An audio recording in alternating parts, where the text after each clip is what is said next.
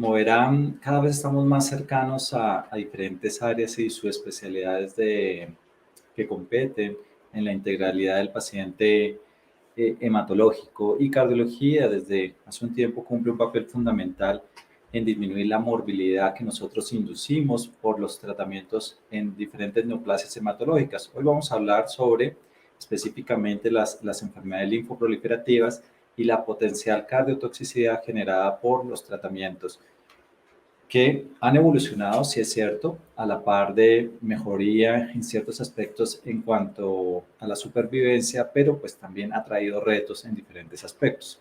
Si vemos la progresión en los últimos 30 años, se puede dividir en varios escenarios. Hay nuevos tratamientos, indudablemente, la radiación, las técnicas quirúrgicas, la medicina de precisión y específicamente el avance hacia la inmunoterapia en el campo del linfoma en los últimos 10 años ha tenido grandes avances.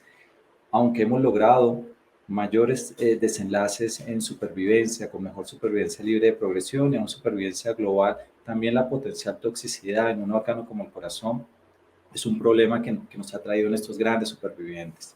Se hacen mayores estrategias de prevención, intervenciones de infecciones que pueden desencadenar en neoplasias, el estudio de la susceptibilidad, el riesgo o las estrategias de reducción de riesgo quirúrgico o de medicamentos. También el objetivo de mejorar la calidad de vida para disminuir la toxicidad, las terapias menos intensivas, la integración del cuidado paliativo y en los supervivientes de pacientes de neoplasias hematológicas y en linfoma específicamente es un área de gran crecimiento de investigación, sobre todo para identificar algunas toxicidades tardías que se pueden presentar. Entonces, ha habido grandes avances en el área de enfermedades linfoproliferativas, sí, con nuevos retos.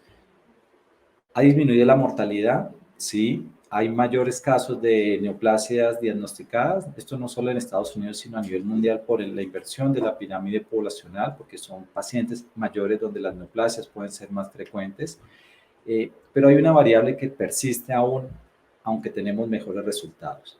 Y el paciente que por alguna razón, con los tratamientos que colocamos en linfoma, compromete la fracción de eyección o el funcionamiento de cardíaco, su expectativa o la probabilidad de supervivencia disminuye. Y sobre todo aquellos que no logramos recuperar esa función cardíaca. Por eso la intervención y el reconocimiento temprano es fundamental para intentar revertir esa lesión o esa disfunción, así sea temporal, determina la supervivencia de estos pacientes. No todos los pacientes que están expuestos a medicamentos para neoplasias hematológicas y específicamente en linfomas desarrollan toxicidad cardíaca. Hay diferentes variables y una de ellas es lo que llamamos la farmacoetnicidad, es decir, variaciones étnicas en cuanto a la respuesta y la potencial toxicidad. Hay diferencias en el ambiente, diferencias en la práctica local en cuanto a intensidad o mecanismos de protección, diferencias en las interacciones de medicamento a medicamento y diferencias genéticas. Eso hace que cada caso requiera un perfilamiento individual de análisis para determinar cuál es la probabilidad de desarrollar toxicidad o no por un medicamento, específicamente en los medicamentos usados para tratar enfermedades linfoproliferativas. La farmacogenómica, sí, hay algunas alteraciones génicas o alteraciones en genes como el SELF-F4, el RAFG, el CL228A3 o variantes de intergenéticas que se ha visto que hacen más susceptible a la toxicidad inducida por antracíclicos o por lo menos inhibidores de checkpoint. Hay un problema, sí, a pesar de los avances en el tratamiento contra el cáncer, que han mejorado los resultados de los pacientes, sigue existiendo la cardiotoxicidad como problema y como limitante para la intensidad y la densidad de dosis. Se han probado nuevas moléculas con no quimio convencional, que son terapia blanco, pero ellos tienen otro perfil que también en el corazón puede tener un efecto en morbilidad. Y todos los medicamentos usados para manejar neoplasias hematológicas y específicamente los linfomas potencialmente pueden afectar una parte del corazón.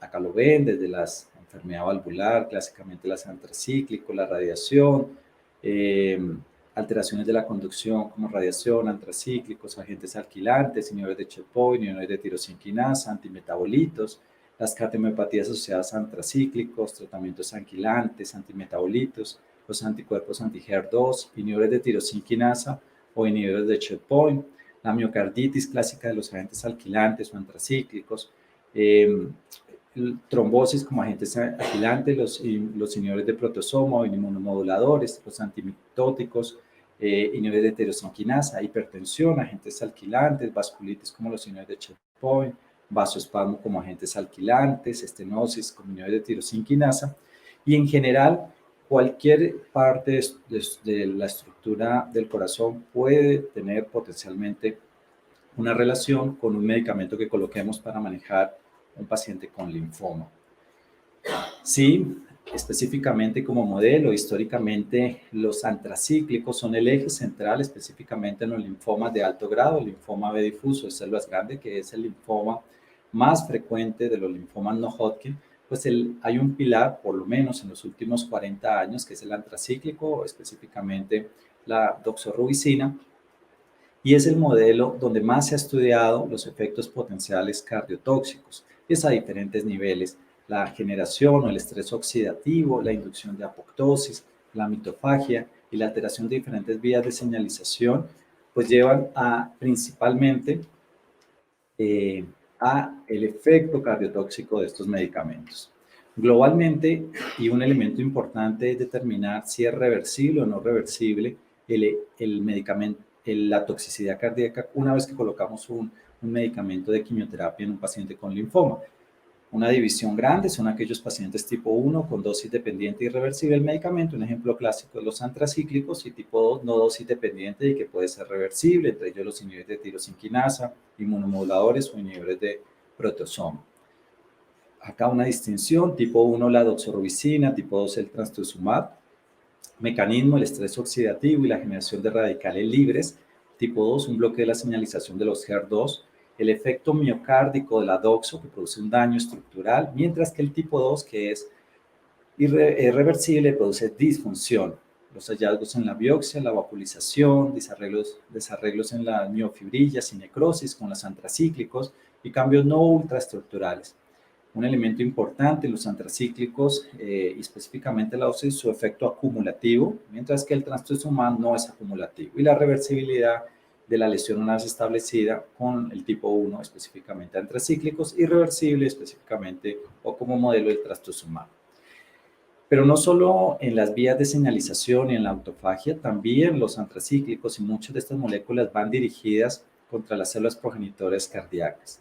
La migración, la alteración del metabolismo del calcio, la generación de autofagia, la ruptura de redes microvasculares y la inducción de apoptosis, pues compromete las células progenitoras cardíacas. También a nivel de fibroblastos, una generación o activación inflamatoria persistente por estimulación del factor nuclear kappa beta o de las células endoteliales, la nitración de proteínas, la peroxidación lipídica, y todo esto lleva indudablemente a un elemento de irreversibilidad y daño total de la fibra del miocardio. Globalmente, de la doxorubicina y el trastuzumab, como en los dos modelos de toxicidad de medicamentos usados en linfoma, pues específicamente la doxo, pues genera un fenómeno inflamatorio donde hay infiltración de células dendríticas, macrófagos, aumento de la interleuquina 6, 1 del TNF-alfa. En las células progenitoras, disminución de la diferenciación cardiogénica, aumento de la apoptosis, compromiso de las células endoteliales por disminución de la actividad del óxido nítrico, aumento de la NADPH oxidasa, y todo eso lleva que en el cardiomiocito aumente el estrés oxidativo y apoptosis, aumento de la disfunción mitocondrial, alteración del metabolismo de la AMP quinasa y los fenómenos de auto y mitofagia con disregulación. Los fibroblastos también son un elemento importante donde la sobreproducción de TGF-beta, alteración de las metaloproteasas, lleva a que se dé mayor fibrosis.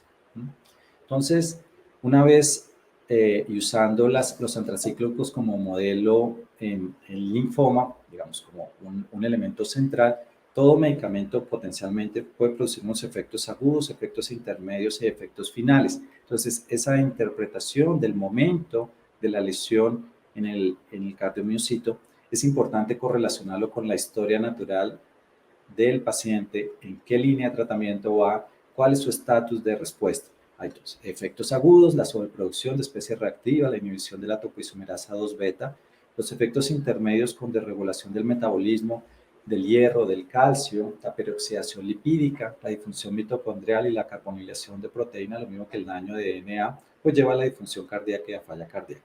Y hay unos efectos tardíos, que es la disfunción celular y la necrosis y apoptosis.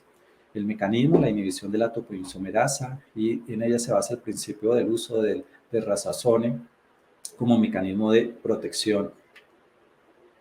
Otro elemento importante con los medicamentos, una vez si se ha determinado es tipo 1 tipo 2, es la toxicidad cruzada con otros medicamentos que puedan tener mecanismos de acción similares. Estos son algunos, específicamente la doxo y la ivermectina, pero específicamente la ciclofosfamida, que podemos usarlo en linfomas. Las dosis acumuladas, ya sea hidarubicina, daunorubicina y doxorubicina. Específicamente en linfoma usamos solo doxo, la hidarubicina en algunos protocolos de alta intensidad, como Burkitt podemos usarlo, o el linfoma en primario del sistema nervioso central. La cardiotoxicidad la definimos como, pues en la práctica y en los ensayos clínicos, como una disminución de la FEBI más del 10%, por debajo del 50%, o que tenga síntomas asociados a falla. Pero algo que es importante es intentar construir síndromes cardio-oncológicos, y dentro de ellos hay varios, digamos. El tipo 1, donde hay un desarrollo progresivo del cáncer que conduce a enfermedad cardiovascular. El tipo 2, que es de forma indirecta, donde los tratamientos asociados al cáncer causan enfermedad cardiovascular. El tipo 3, que es la formación de cicatrices progresivas con remodelamiento del corazón y el riñón, que causa el ambiente, pues que es causado por ese ambiente broncogénico, tanto de los medicamentos como de la misma neoplasia. El tipo 4, que es enfermedad cardiovascular asociada a los tratamientos. Y el diagnóstico, obviamente, en el escenario del tratamiento y de la progresión o de la respuesta que en algún momento dado se da a la neoplasia. Y el tipo 5, que son condiciones genéticas o sistémicas que causan tanto cáncer como enfermedad cardiovascular, por ejemplo, una esclerosis tuberosa como ejemplo clásico. La evaluación, pues digamos, esta evaluación claramente pues, incluye al hematólogo, pero pues el eje central y la aproximación la hace cardiología, donde ellos evalúan muchas cosas, y dentro de ellas no solo la enfermedad cardiovascular previa. Digamos, este paciente tiene una historia antes del evento cero, que es su linfoma, qué factores de riesgo tenía previos, donde cardiovasculares, los factores de riesgo cardiovascular asociados al estilo de vida, y específicamente, una vez que desarrolla el linfoma, el potencial compromiso de la neoplasia en esos síndromes cardio-oncológicos o derivados del tratamiento para el cáncer. Y obviamente hay unos biomarcadores que permiten determinar o predecir el grado de compromiso. La valoración de riesgo basal, pues una historia cardiológica, la historia oncológica, los factores de riesgo cardiovascular, la evaluación de esos factores de riesgo y de los biomarcadores, y las evaluaciones funcionales o las herramientas diagnósticas. Bueno, acá no voy a entrar mucho en detalle, que claramente los cardiólogos van a hablar mucho más de esto, pues el ecocardiograma, el MUGA, la resonancia cardíaca y biomarcadores cardíacos, por ejemplo, troponina, el péptido natriurético. Cada uno tiene algunas ventajas y limitaciones que es importante interpretar en el contexto y en el momento de la historia natural del linfoma o de cualquier neoplasia. Toda neoplasia hematológica tiene un momento cero y el momento final.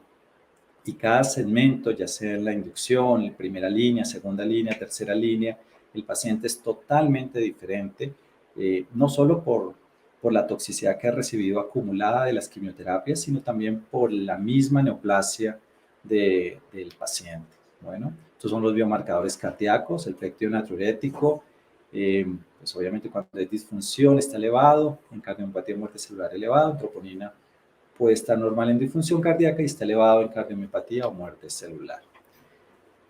Esto es un modelo, digamos, de evolución de función cardíaca en uso de HER2, pero digamos que lo importante es que es una evaluación dinámica, en el sentido, es necesario evaluaciones antes de la quimio, durante o después de la quimio, con intervenciones que van paralelas e interpretadas en el contexto de evolución de la respuesta del paciente.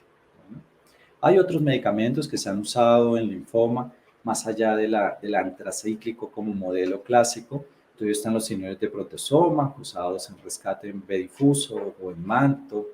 Dentro de ellos están varios, digamos, está el calcifomid, el bortezomib, el isazomib, pero específicamente el bortezomib se ha relacionado con alguna toxicidad cardíaca, dentro de ellos falla cardíaca, enfermedad isquémica o trastornos del ritmo, entonces arritmias hasta el 13%, hipertensión en 5%, hipertensión 12% y aún falla cardíaca en 41% en algunos pacientes. Bueno, hacia dónde van los linfomas específicamente y los linfomas de alto grado que no fallan a primera línea es el uso de terapia celular y entre ellos los CAR-T-cell.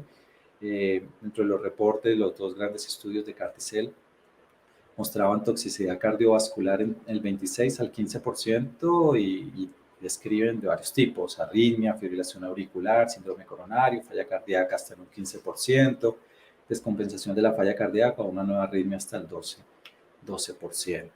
Un medicamento que todos conocemos y de vieja data, que también hace parte de la estructura de nuestro clásico R-CHOP o R-CHOP Light en todas sus modificaciones, es la ciclofosfamida. Y la ciclofosfamida, secundario a la acroleína, que es un metabolito, pues puede producir no solo la inmunosupresión, sino puede producir carditis, inflamación cardíaca, disfunción endotelial, vasoconstricción o apoptosis de esas células, alteración en la vasodilatación y también es cardiotóxico. La radioterapia no la usamos tanto, solo en algunos casos muy específicos, en linfoma, pero pues también, y las técnicas de radioterapia han cambiado mucho. Antes usábamos en linfoma Hodgkin como esquemas de consolidación, ya no tanto, pero pacientes que hayan recibido radioterapia, sobre todo con técnicas no tan limitadas y finas como las que se usan actualmente, pues se veía este tipo en los grandes supervivientes: enfermedad pericárdica, enfermedad coronaria, enfermedad valvular, disfunción cardíaca, disfunción en la conducción o cardiomiopatía.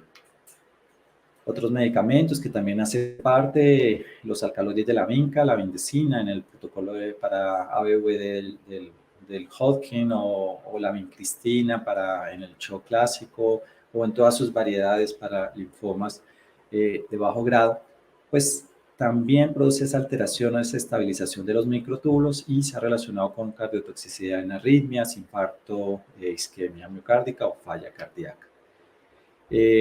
¿Hacia dónde vamos? No solo los CAR-T-cell, sino inhibidores de checkpoint e inmunoterapia, nivolumab, pembrolizumab, en linfoma, específicamente el linfoma Hodgkin, asociado a brentuximab, por ejemplo.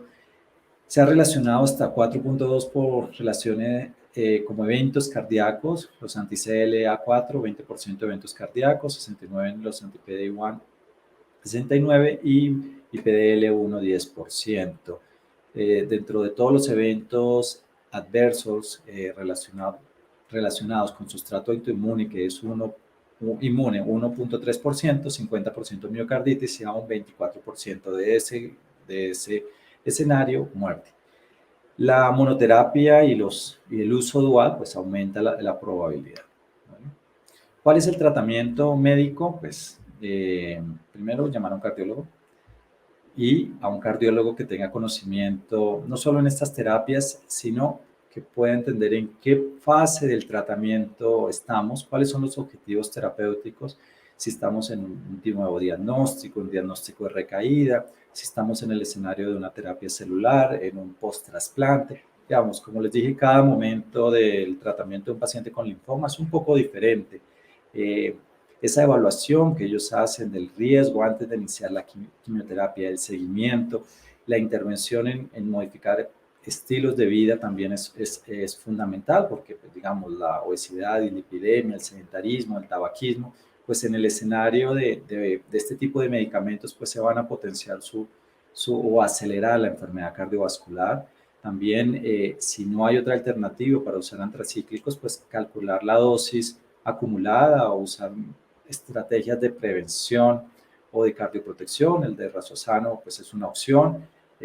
Si se van a usar IECA o inhibidores de ARA2 o beta bloqueadores, pues digamos que son estrategias que a la par de cardiología nos ayuden con el objetivo de poder soportar un tratamiento que tiene un gran beneficio y que es el pilar estructural del tratamiento de todos los linfomas, obviamente, específicamente los linfomas de alto grado, donde no hay mucho tiempo para esperar y puede que no haya más opciones de tratamiento para lograr el control de la enfermedad. Bueno, muchas gracias.